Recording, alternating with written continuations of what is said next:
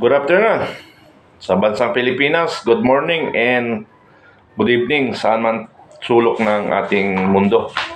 So follow-up opinion in regards to Senate inquiry, in regards to yung pictures at yung nahuling droga na worth 13 billion tag-decrease. So yun ang bibigyan natin ng follow-up opinion base sa aking mga research. Opinion ni Maharlika, opinion ng Baron 83, Captain Dado, at interview ni Senador De La Rosa sa kila Dr. Badoy and Dr. Badoy and Kairik interview. So ipagtugma-tugma natin at saka magkaroon tayo ng conclusion or opinion. So si Maharlika, kalaban niya si mortal niyang kaaway ang administrasyon. So meaning, hindi rin natin masabi na nabayaran ni Pangulong Duterte. Pero before that, ayaw ko kasi nasabing nabayaran. Kasi ilang beses na rin akong nasabihan, nabayaran ka na yata, bumaliktad ka, nagbago ang ihip ng hangin. Hindi. Sabi ko nga sa inyo, neutral ako. Ano ang nakita ko para sa bayan, yun ang sasabihin ko. Para sa kabutihan ng bayan at saka para maimpormahan ko ano nangyayari sa ating bansa. Yun ang objective ko dito. So, neutral. Kasi Duterte kasi ako eh. Marcos rin ako. So, wala akong pagpipilian. So, neutral ako. At saka ayaw ko ng politika. Ayaw ko kumampi sa mga political leaders. Kakampihan ko lang ang tama, pero bibirahin ko ang mali. So sana, huwag tayong gagamit na nabayaran.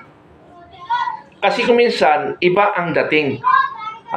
So, ikukorek ko yung term ng mga ibang vloggers, ng ibang viewers and followers, at saka I'm sorry sir Captain Dado, medyo iibahin natin kasi lagi na nababanggit sa akin kasi minsan naging neutral ako. Minsan pinapaboran ko ang Marcos. Kaya sabi nila, nagbagong ihip, nabayaran na ako. So mas maganda siguro, nagbago ang ihip ng hangin o naduduwag ka na yata. Maaaring pwede pa yan. Naduduwag o nag-alangan ka nang dahil sa ganon. Pero biglay mo na, nabayaran ka na yata. So, either tanong man yan, o kinunclude mo na nabayaran, para silang ang dating nun. Iba lang ang definition. Pero ang dating sa tao, sa taong tinitira mo, the same pa rin ang impact. So, tama ako o hindi. So, I'm sorry sa mga opinion, kaya gusto ko lang mabago kasi pabago-bago ihip ng hangin sa akin eh. No? Kaya lagi tumatama sa akin yan. Pero dapat, pag sinabi mong nabayaran, pero alisin natin nabayaran, naduwag ka yata o nagbago ang ihip ng hangin, paki-explain bakit naduwag. Anong basis mo? Yun yung, paliwanag mo anong basis mo? Oh, iba na ang tinatopic mo Naduduwag ka yata. Bakit? Ayaw mong birahin ng Marcos? Bakit? Ayaw mong birahin si Duterte? Ganun eh. Kasi, pero karamihan na tumitira sa akin, kasi ang karamihan mong followers, almost Duterte. Iilan lang yung Marcos nandito. Kaya, pagka bira ko ng bira sa Marcos, talaga umangat yung viewers ko. Pero pag pumapabor I'm sorry. Pag pumapabor ako sa Marcos, kumukunti ang viewers ko. So, ibig sabihin, na-analyze ko, na viewers ko almost is pro Duterte. So, tandaan nyo mga kababayan ko, ang hinahanap ko dito, yung neutral mind. Ang pinagtatanggol niya, yung bayan.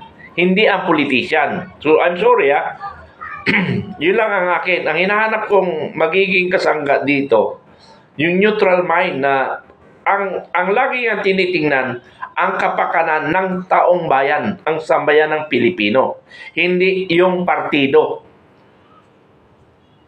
Maraming beses ko na sinasabi partido, okay. Balik tayo doon sa nabayaran. So, si Maharlika talagang mortal na kaaway ng administration. So,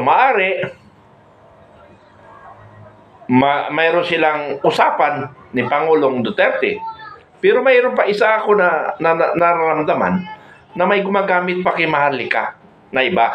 Saka ko na lang sasabihin nyo. Okay. Kasi yung kanyang technology of information, mabigat. Talo niya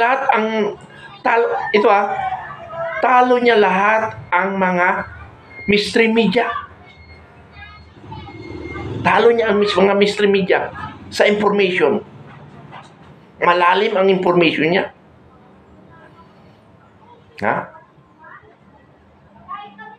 Yung investigative journalism niya, master niya yun.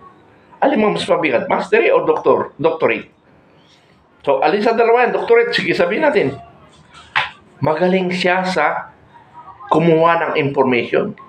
Saan galing yung information ni Maharlika? Hindi nyo ba napag-aralan lahat yun? Nagpalit-palit na ng tao si First Lady o si Marcos. Mayroon pa rin dumarating sa kanya information. Gaano katindi? Sino ang sa bansa na magaling sa ganong information? Kumuha ng mga information through technology. Question mark. Okay.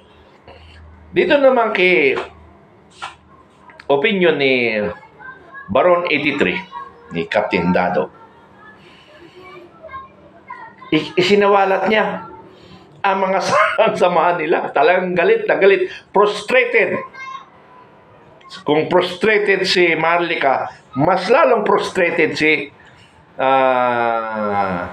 Captain Survivor. Mas frustrated siya. Kasi akala niya, bilang isang military man or policeman, ay mayroong dignidad na hindi magpapadala sa anumang pressure. Kaya yun ang frustration niya. Kaya tuloy sa galit ni Captain Dado, sa galit niya, yung pinagsamahan nila sa cadetship, nabanggit niya pa na para bang ang tagal ng dekada, ang tagal ng panahon na dapat para sa kadete lang pag-uusap. Ngayon nadala, it because of frustration. Tingnan nyo yun. Ano may yung frustration? Hindi nyo na rin, magiting ko na lang. Without Baron 83, hindi naging chief PNP si Senador De La Rosa. Likewise, hindi siya magiging senador. Isa siyang farmers ng Davao del Sur. Sana. Ganun. Pero dahil nga, nakalimutan ang term na ginamit niya, dahil nagawa ni Captain Dado, napatuloy niya ang cadetship hanggang sa nag-graduate sa academy. So yun, nabanggit niya yun because of frustration, sa galit. Ito naman si General Lasso, Director Lasso. Wala naman siya nakwento. Pero marami siyang galit sa kasama niya dati. Galit siya. Kayo mga nagpapagamit, pagamit lang kayo. Darating ang mundo, magsasalubong tayo. Salamat, nakapwisto kayo dyan. Pero hindi lang, habang panahon nakapwisto kayo dyan. Parehas lang tayo. Hindi niya sinabing, paras lang tayo matalino, pero mas matalino ako. Parang gano'n eh. Dangan nga lang, hindi niya pinagpatuloy ang pagkanya akademya about ang pagsiservisyo. Dahil sabi niya, Natatakot daw sa sarili niya. Kasi marami siya nakikita kapalpakan sa gobyerno at saka sa AFP. Kaya ayaw niya. Baka makasira daw siya. Umalis siya. So yun ang kanyang kwento ha. Sinusundan ko lang. Sinusundan ko lang. Okay.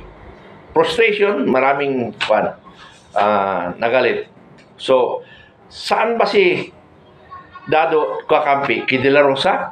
Expected niya na ganon. Pero yung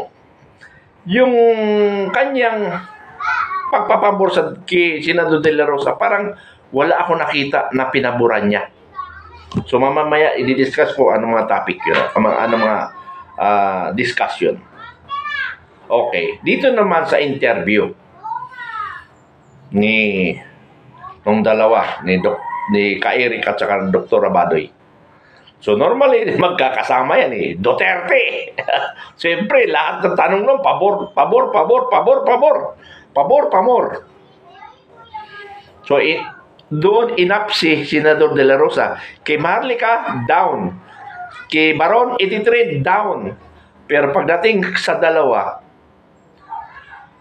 kay Dr. Badoy at saka kay Ka-Eric, up siya.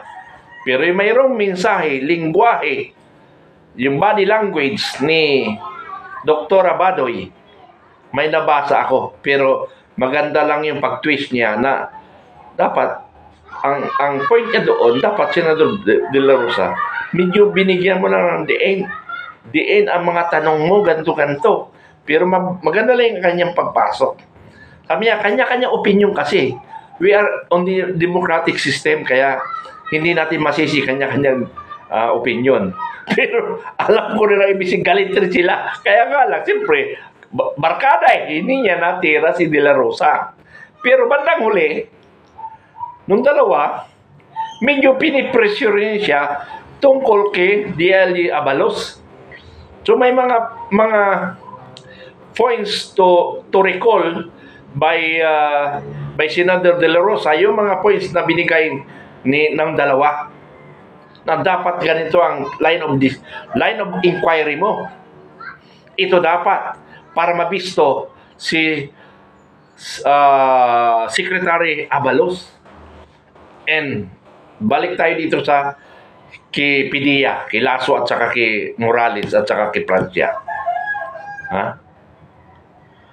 Para bang tinuturuan niya ng daan-daan si De La Rosa sa kanyang gagawin sa next hearing sa May 7, ano? Sa akin naman, nabawian ko lang kasi doon sa unang opinion ko sa kahapon na hearing, medyo nakita ko sa una na opinion ko, nakita ko si Senador De La Rosa, parang blanco ang isip niya blanco. Hindi niya alam kung saan siya magsisimula Blanco siya Yung pagka aggressiveness sa mga tanong niya, nawala Nawala. Kasi hindi niya alam kung saan siya titira Or mayroon siyang, kumbaga, mayroong kutsilyo na nakatutok sa kanya. Kaya parang alanganin ang salita ni Senador De La Rosa. Pero pinagtanggol ko siya doon dahil sabi ko, pinaghahandaan na lang ni Senador De La Rosa dahil wala talaga siya makita na probable na talagang doon siya iikot ang mga tanong niya.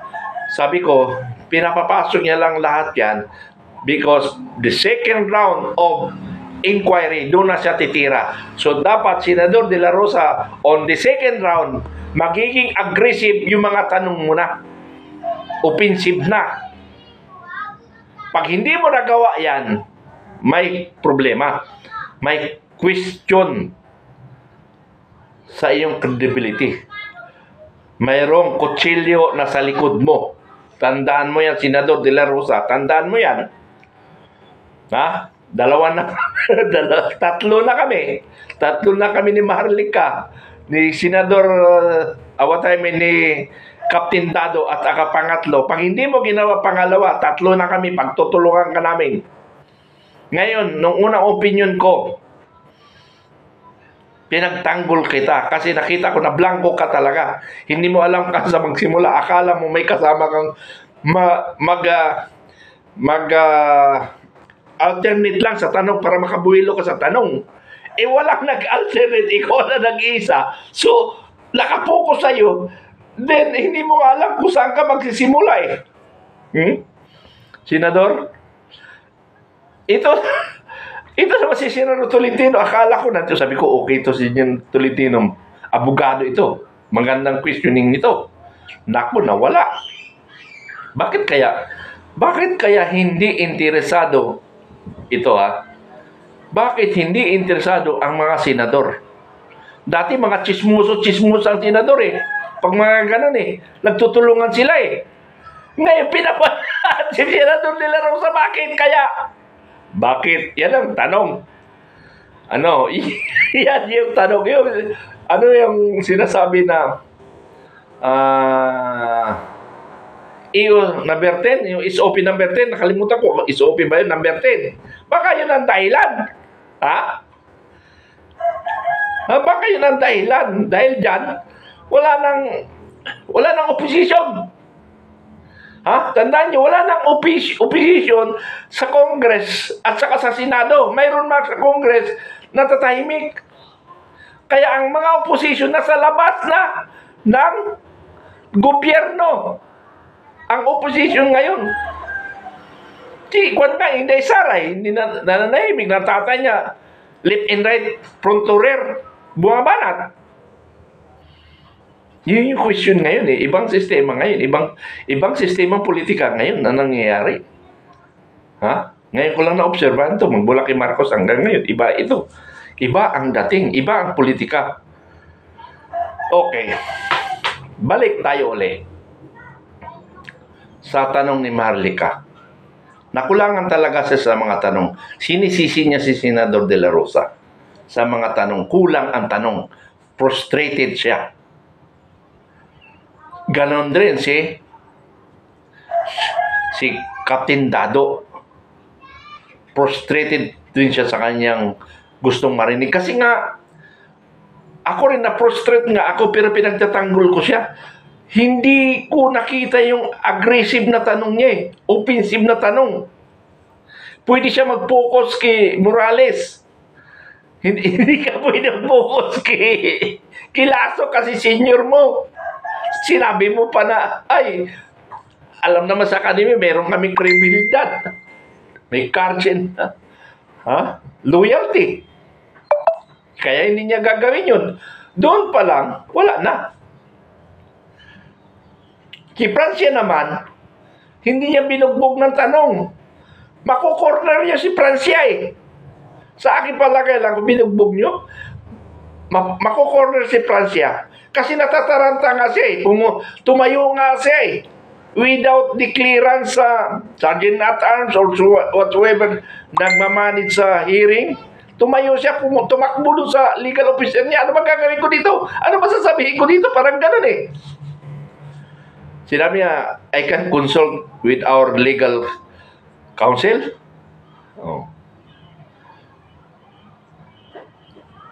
Kung ikaw, professional naman tayo lahat eh. Kung ikaw, totoo lahat ng kaalaman o lang sasabihin mo, hindi ka kabahan. Tandaan niyo yan. Hindi kayo kakabahan. Pag alam mo tama lahat ang sasabihin mo, na totoo talaga, hindi ka kakabahan. Kasi hindi ka naglalaro ng kwento. Totoo ang kwento mo. Tingnan mo si Morales. Wala sa kanya ang kaba. Galit pa nga. Dahil inignore niya yung mga sinasabi niya.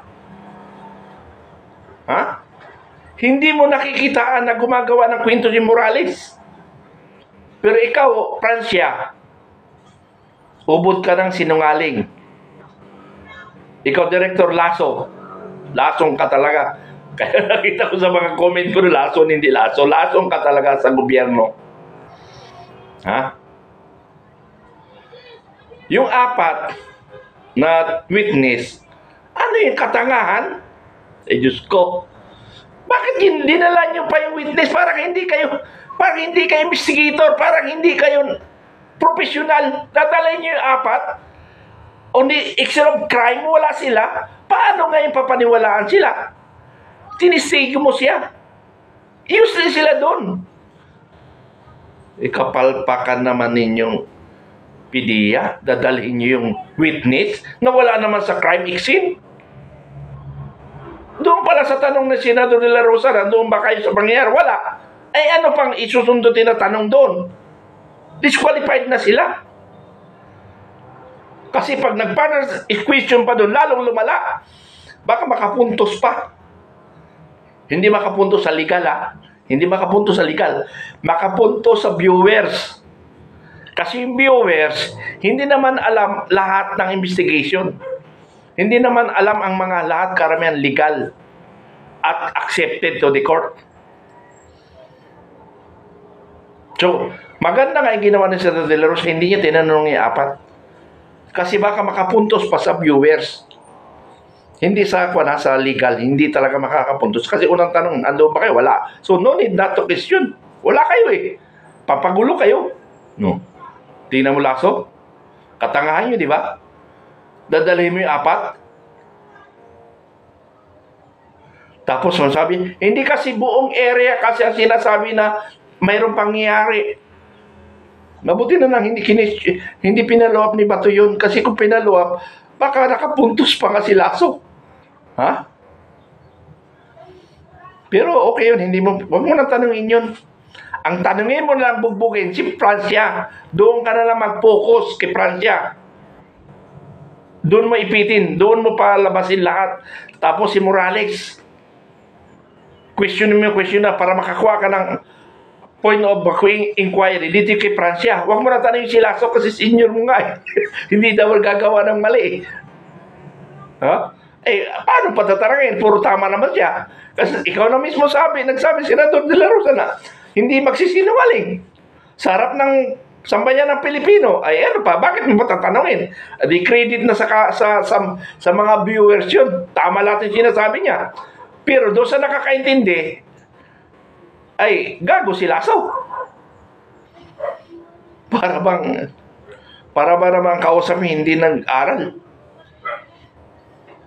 Ikot-ikot pa siya sa papel. Dito lang kami nagbase. Kaya hindi kami nagkaroon further investigation. Ay, ungas. Okay. So much for that. Nagbigay lang ako opinion sa mga reaksyon ng mga viewers at saka sa reaksyon ng interview kay Dr. Rabadoy at saka kay Eric. So, ang objective nung dalawa pag-interview, na-up kayo, hindi ka nadaan Senador De La Rosa. Pero the second time around, at hindi ka nag-offensive sa mga tanong, hindi ka nagtutok sa dalawa na lang. Ha? Pin down ka, Senador De La Rosa. Marami nagsabi, sayang ang buto ko sa'yo. Naging barkada mo para naman si former president. Or baka estratehiya mo yun. Hindi natin alam, bandang uli. Saka na tayo mag-conclude. Saka na tayo mag-conclude dahil hindi pa tapos ang Senate inquiry. Yung situation na nakita nyo, tama yung nakita nyo, pero hindi natin dapat i-conclude pa kasi hindi pa tapos ang Senate inquiry. So, maaaring sa second inquiry ay magkakaroon na ng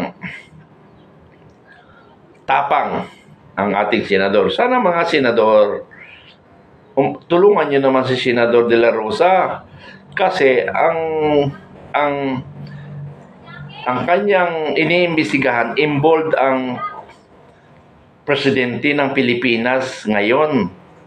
Tulungan nyo o ayaw nyo rin kasi mawala yung iaabot sa inyo. Ay, sorry malinte. Pero, politician kayo. Magaling kayo dyan. Pero sa vloggers, hindi dapat tayo magaling sa pera. Ha? Hindi tayo dapat na mabayaran. Dapat mayroon tayong mga prinsipyo. Ha?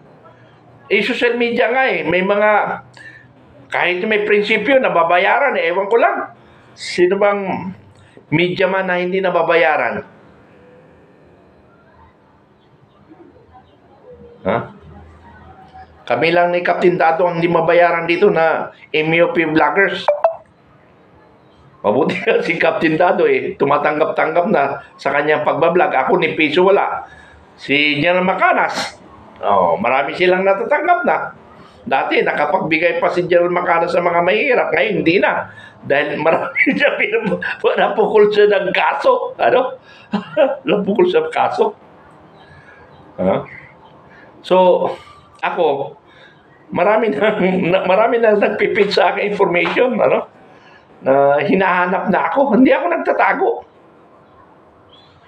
Pag nawala ako, alam na ano nangyari sa akin. Ganun lang yun. Sino bang kaaway ko? Di ba administration lang? Wala naman ibang kaaway. Mayroon. Dalawa pala ang kaaway ko. Take note ninyo yung PGMC. Pero hindi naman si Ken Lupina magpapadali sa akin. Yung mga involved sa sindikato, union, retired na sila. Pero ang problema nga lang, dahil nga retired sila, senior sila, nadidiktahan nila yung nasa active. Yun ang masaklap. Pero di bali, nakasulat naman lahat yan Nakasulat naman, binibigay ko sa anak kong hindi pa nakapasa ng bar. Binigay ko na.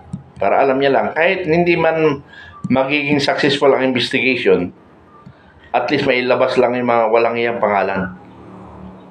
Di ba?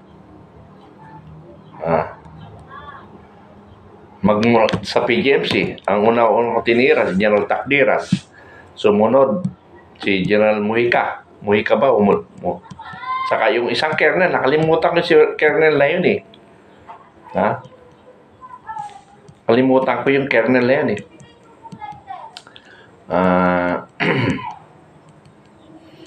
na pinalitan ni Colonel Lupina. Pero hindi ko sinasabi silang mastermind. Sila lang ang nakaupo doon. So alam nila yon, di ba? Alam nila yon kung sino. Okay, so much for that. Okay, kamusta pa lang PGMC? Tuloy-tuloy pa ba ang bigay ninyo? Wala na kayong feedback, mga balo. Pinusto ko ang buhay ko para sa inyo. Wala na nagpi-feedback sa akin, ilan na lang. Paano ko kayo matutulungan? Kasi hindi ako makapag-analyze. Kung wala kayong information ibibigay sa akin. Kung ilan na ba ang nabigyan based sa may analysis, kasi hindi man tayo makakuha ng information sa loob. Ilan na ba? May 3 billion na lang natira. Nawala na yung 1.9 billion na i-release na. So 3 billion pa. 2017 pa yung pera na yun. Kayo ang magdi-decide, PGMC, kung kailan nyo i-release yan. 2017 now. 2004, 7 years na dinidelay nyo ang pera. According to COA, kayo ang susundin ng DBM. Kung ibinalik man nyo sa DBM, kayo ang susundin ng DBM kung ilan ang pangalang ibibigay nyo sa DBM for the release of fund, kasi funded na yan, counted na yan. Tapos i-delay nyo. Anong dahilan para i-delay ninyo? Ayun ang tanong ko. Colonel Lupina, you are only following policy, order. Ano yun? Pati yung anti-retive authority, wala ring useless rin to anti-retive authority. Inotel ka. Hindi pa ako sinisipag. Anti-retive authority. Bubulabugin ko kayo dyan. Tangina. Secretary Perez. Pero kaya mo nga bilugin ang ulo ng senador, si Senador Estrada. Pinaikot mo ng pinaabot mo ng taon bago mo, ay hindi kasi nakadaan sa akin ungas ka, secretary ka, hindi mo alam. Dapat sagot mo doon. Okay, noted, Senador. Kung sino man ang nag-delay dyan, will give punishment or will be out to the service. Ganon. Sabi niya, hindi kasi nakadaan pa sa akin. May gas. Ay, isang taon na, hindi mo pa alam.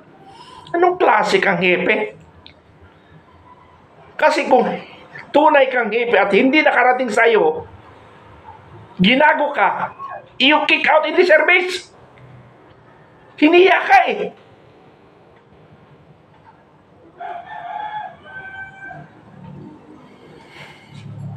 Kaya nga, nagwawala kami ni Captain Dado sa gobyerno na ito Yung sistemang korupsyon, sistemang kabagalan sa trabaho. Kaya kami nagwawala.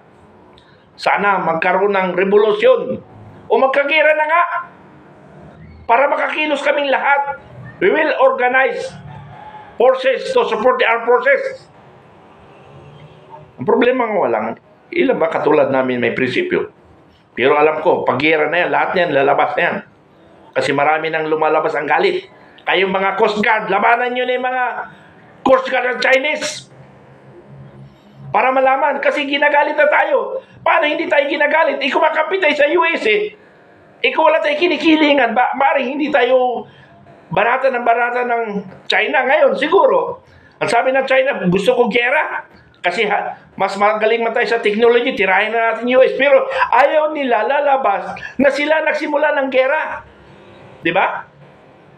Di ba ganun ang analytical natin?